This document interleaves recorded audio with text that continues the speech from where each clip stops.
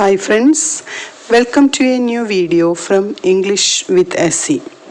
കഴിഞ്ഞ ക്ലാസ്സുകളിൽ നാം ഒരു പുതിയ സീരീസിലെ ക്ലാസ്സുകളാണല്ലോ, അതായത് പല രീതിയിൽ നാം അടിസ്ഥാനപരമായിട്ട് ഇംഗ്ലീഷ് സംസാരിക്കാനുള്ള ക്ലാസ്സുകളാണ് നാം ഇപ്പോൾ കൈകാര്യം ചെയ്തുകൊണ്ടിരിക്കുന്നത് അല്ലേ. അപ്പോൾ നിങ്ങൾക്ക് കഴിഞ്ഞ വീഡിയോയിൽ നിങ്ങൾക്ക് ഇപ്പോഴുള്ള കാര്യങ്ങളെപ്പറ്റി സംസാരിക്കുന്നത് എങ്ങനെയാണ് എന്ന ഒരു വളരെ ചെറിയൊരു ഐഡിയ ഞാൻ തന്നിരുന്നു. അതിന് തൊട്ട് മുമ്പ് എങ്ങനെയാണ് നാം സെൻറ്റൻസിനെ ഓർഡർ ചെയ്യേണ്ടത്, അതായത് ഏത് ഓർഡറിലാണ് മലയാളത്തിൽ നിന്നും വിഭിന്നമായി ഇംഗ്ലീഷിൻ്റെ ഓർഡറൊക്കെ ഞാൻ പറഞ്ഞിരുന്നു. അപ്പോൾ ആ വീഡിയോകൾ കണ്ടിട്ടില്ലാത്തവർ please watch that videos, subscribe this channel, like, share and comment. നിങ്ങളുടെ ഷെയറും കമൻറ്റും ഒക്കെ എനിക്ക് അത്യാവശ്യമാണ്, മറന്നു പോകരുത് കേട്ടോ. അപ്പോൾ ഇന്നത്തെ ക്ലാസ്സിലേക്ക് നമുക്ക് കടക്കാം.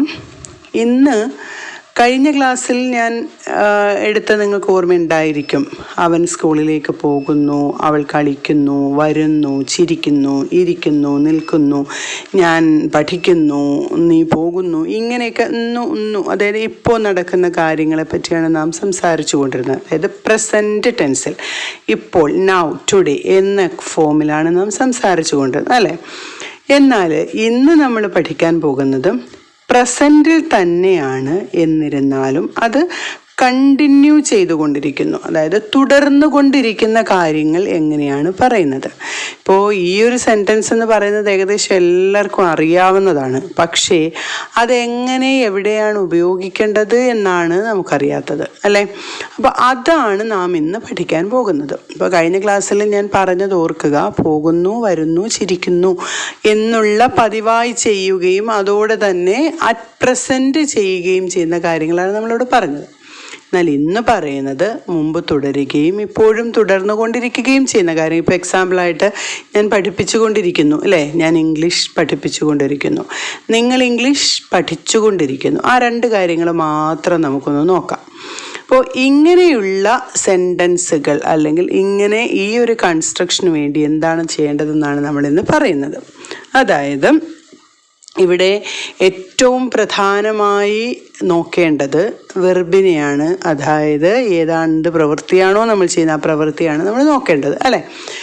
ആ വെർബ് എന്ന് പറയുന്നത് ഇപ്പോൾ ഞാൻ പഠിപ്പിച്ചുകൊണ്ടിരിക്കുന്നു എന്നുള്ളതിനകത്ത് ടീച്ചാണ് വെർബ്. പഠിപ്പിക്കുക, ടീച്ച്. പഠിക്കുക എന്നാണെങ്കിൽ സ്റ്റഡി. ഈ വെർബുകൾ, അത് വൊക്കാബുലറി നിങ്ങൾ നന്നായി മനസ്സിലാക്കുക. ഓരോ പ്രവൃത്തികളുടെയും വാക്കുകൾ നിങ്ങളൊന്ന് മനസ്സിലാക്കി വെക്കണം. ഓക്കെ. അപ്പോൾ ഞാനിപ്പോൾ ഇംഗ്ലീഷ് പഠിപ്പിച്ചുകൊണ്ടിരിക്കുകയാണ് എന്ന് പറയുന്നതിന് എങ്ങനെയാണ് നമുക്ക് പറയുന്നത് നോക്കാം. I am teaching English. I am teaching English. Okay, നിങ്ങൾ പഠിച്ചുകൊണ്ടിരിക്കുകയാണ്, ഇംഗ്ലീഷ് പഠിച്ചുകൊണ്ടിരിക്കുക. അങ്ങനെ പറയാം, യു ആർ ടീച്ചിങ് ഇംഗ്ലീഷ്. അപ്പം ഞാൻ ആദ്യം ഐയുടെ കൂടെ ആം ഉപയോഗിച്ചു, യുവിൻ്റെ കൂടെ ആർ ഉപയോഗിച്ചു. അപ്പോൾ ഇവിടെ മനസ്സിലാക്കേണ്ടത് സബ്ജക്റ്റിനെ ബേസ് ചെയ്താണ് വെർബ് അല്ലെങ്കിൽ പ്രവൃത്തി വരുന്നത്. അതായത് ആരെപ്പറ്റിയാണോ പറയുന്നത് അതിനെ ബേസ്, അതാണ് മലയാളവും ഇംഗ്ലീഷും തമ്മിലുള്ള ഏറ്റവും പ്രധാന വ്യത്യാസം. ഇപ്പം മലയാളത്തിൽ ഞാൻ കഴിഞ്ഞ ക്ലാസ്സിൽ പറഞ്ഞ പോലെ അവൻ എന്ന് പറഞ്ഞാലും പഠിച്ചുകൊണ്ടിരിക്കുന്നു എന്ന് പറയും, അവൾ എന്ന് പറഞ്ഞാലും അല്ലെങ്കിൽ അവർ എന്ന് പറഞ്ഞാലും പഠിച്ചുകൊണ്ടിരിക്കുന്നു എന്ന് പറയും, ഞാനെന്ന് പറഞ്ഞാലും പഠിച്ചുകൊണ്ടിരിക്കുന്നു എന്ന് പറയും അല്ലേ. പക്ഷേ ഇംഗ്ലീഷിലേക്ക് വരുമ്പോൾ ഈ പഠിച്ചുകൊണ്ടിരിക്കുന്നു എന്ന് പറയുന്നത് തന്നെ സബ്ജക്റ്റിനെ അല്ലെങ്കിൽ ആരെപ്പറ്റിയാണോ പറയുന്നത് അതിനെ ബേസ് ചെയ്ത് ഡിഫറൻ്റ് ആയിരിക്കും. മനസ്സിലായോ? അതായത് I am teaching English, you are teaching English. They ആണെങ്കിലോ, ദേ ആർ ടീച്ചിങ് ഇംഗ്ലീഷ്. എന്നാൽ അവിടെ ഹീ, അവൻ എന്നാണ് വരുന്നതെങ്കിൽ ഹീ ഈസ് ടീച്ചിങ് ഇംഗ്ലീഷ്. അവൻ ഇംഗ്ലീഷ് പഠിപ്പിച്ചുകൊണ്ടിരിക്കുന്നു. ഷീ ആണെങ്കിലോ, ഷീ ഈസ് ടീച്ചിങ് ഇംഗ്ലീഷ്. അപ്പോൾ ഇവിടുത്തെ വ്യത്യാസം നോക്കൂ. ഐ എന്ന സബ്ജക്റ്റിനോടൊപ്പം am plus I N G verb ചേർത്തു, യു എന്നതിനോടൊപ്പം are plus I N G verb ചേർത്തു, ഹീ അല്ലെങ്കിൽ ഷീ എന്നതിനോടൊപ്പം is plus I N G verb ചേർത്തു ഇല്ലേ. അപ്പോൾ കൊണ്ടിരിക്കുന്നു, പഠിച്ചുകൊണ്ടിരിക്കുന്നു, പോയിക്കൊണ്ടിരിക്കുന്നു, വന്നുകൊണ്ടിരിക്കുന്നു എന്നൊക്കെ നമുക്ക് പറയുന്നതിന് നമ്മൾ സബ്ജക്റ്റിനോടൊപ്പം ആം അല്ലെങ്കിൽ ഈസ് അല്ലെങ്കിൽ ആർ പ്ലസ് ING വെർബായിരിക്കും ചേർക്കുന്നത്. അതായത് corresponding to the subject we have to select which is the option, that is which verb we have to use. ഏത് വെർബാണ് നമ്മളിവിടെ യൂസ് ചെയ്യേണ്ടതെന്ന് പ്രത്യേകമായിട്ട് നമ്മൾ സെലക്ട് അല്ലെങ്കിൽ മനസ്സിലാക്കി എഴുതുക. ഓക്കെ, ഐയോടൊപ്പം + ING വരണം. യു ആണെങ്കിൽ, അതായത് ഒരാളെ ഉള്ളുവെങ്കിൽ, നമ്മൾ കഴിഞ്ഞ ക്ലാസ്സിൽ പറഞ്ഞ പോലെ സിംഗുലർ പ്ലൂറൽ സബ്ജക്റ്റുകൾ മനസ്സിലാക്കുക. അവിടെ ഐ, യു ഇവ എപ്പോഴും പ്ലൂറലായിട്ടാണ് നമ്മൾ കൺസിഡർ ചെയ്യുന്നത്. പക്ഷേ ഈ ഒരു ING യൂസേജ്, അത് നമ്മൾ പ്രസൻറ്റ് കണ്ടിന്യൂസ് എന്നാണ് പറയുന്നത് കേട്ടോ, പ്രസൻറ്റ് കണ്ടിന്യൂസ് ടെൻസ്. അപ്പോൾ ഇവിടെ നമ്മൾ ഐയോടൊപ്പം + ING ചേർക്കുന്നു, യുവിനോടൊപ്പം + ING ചേർക്കുന്നു. ദേ ആർ പ്ലേയിങ്, അവർ കളിച്ചുകൊണ്ടിരിക്കുന്നു. അവൻ കളിച്ചുകൊണ്ടിരിക്കുന്നു എന്നാണെങ്കിലോ ഹി ഈസ് പ്ലേയിങ്. അവൾ കളിച്ചുകൊണ്ടിരിക്കുന്നു എന്നാണെങ്കിൽ ഷീ ഈസ് പ്ലേയിങ്. കണ്ടോ? അപ്പോൾ ഞാൻ കളിച്ചുകൊണ്ടിരിക്കുന്നു, ഞാൻ ക്രിക്കറ്റ് കളിച്ചുകൊണ്ടിരിക്കുന്നു, ഐ ആം പ്ലേയിങ് ക്രിക്കറ്റ്. നീ ക്രിക്കറ്റ് കളിച്ചുകൊണ്ടിരിക്കുന്നു, യു ആർ പ്ലേയിങ് ക്രിക്കറ്റ്. അവർ ക്രിക്കറ്റ് കളിച്ചുകൊണ്ടിരിക്കുന്നു, ദേ ആർ പ്ലേയിങ് ക്രിക്കറ്റ്. എന്നാൽ ഞാൻ വരുമ്പോഴോ ഐ ആം പ്ലേയിങ് ക്രിക്കറ്റ്.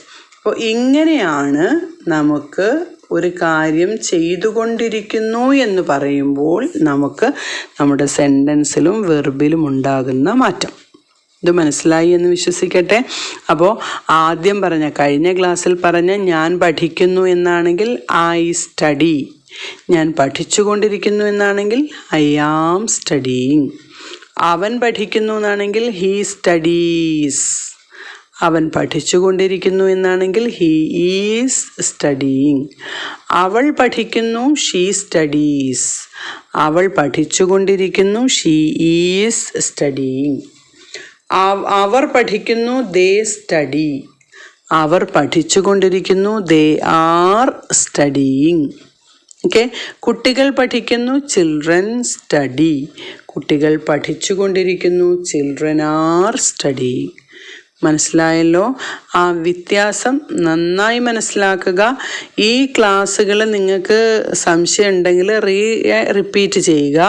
എന്നിട്ടും നിങ്ങൾക്ക് ഡൗട്ട് ഉണ്ടെങ്കിൽ നിങ്ങൾ കമൻറ്റായി ടൈപ്പ് ചെയ്യുക. തീർച്ചയായിട്ടും റിപ്ലൈ ഞാൻ തരും. ഇനി അടുത്ത ക്ലാസ്സിൽ നമ്മൾ പഠിക്കുന്നത് ഇതുമായി ബന്ധപ്പെട്ട ക്വസ്റ്റ്യൻസ് എങ്ങനെ ഉണ്ടാക്കാം എന്നാണ്. അതുകൊണ്ട് നിങ്ങൾ ഈ ക്ലാസ്സുകൾ കാണുമ്പോൾ വളരെ നന്നായി മനസ്സിലാക്കി പോവുക. അടുത്ത ക്ലാസ്സിൽ നമുക്ക് ഇതുമായി ബന്ധപ്പെട്ട സംസാരിക്കാനുള്ള ക്വസ്റ്റ്യൻസ് എങ്ങനെ ഉണ്ടാക്കാമെന്ന് പഠിക്കണം. അപ്പോൾ ഇന്നത്തെ എക്സസൈസ് നിങ്ങൾ നോക്കൂ. ഇന്ന് ഞാൻ കുറച്ച് സെൻറ്റൻസുകൾ പറയും, നിങ്ങളത് ഇംഗ്ലീഷിലേക്ക് മാറ്റി എഴുതുക. അവൾ ഡാൻസ് ചെയ്തുകൊണ്ടിരിക്കുന്നു. ഡാൻസിങ് ആണ് അല്ലെങ്കിൽ ഡാൻസസ് ആണ്, മനസ്സിലാക്കിയാൽ മതി. അവൾ ഡാൻസ് ചെയ്തുകൊണ്ടിരിക്കുന്നു. അവൻ ക്രിക്കറ്റ് കളിക്കുന്നു. അവർ സ്കൂളിലേക്ക് പോയിക്കൊണ്ടിരിക്കുന്നു. ഞാൻ അമ്മയെ സഹായിക്കുന്നു. നീ പാട്ട് പാടിക്കൊണ്ടിരിക്കുന്നു. ഈ 5 ക്വസ്റ്റ്യൻ മതി.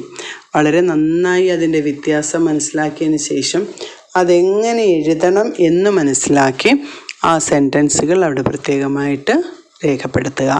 നിങ്ങളുടെ കമൻസുകൾക്കായി ഞാൻ വെയിറ്റ് ചെയ്യുന്നു. Thank you for watching. Signing off.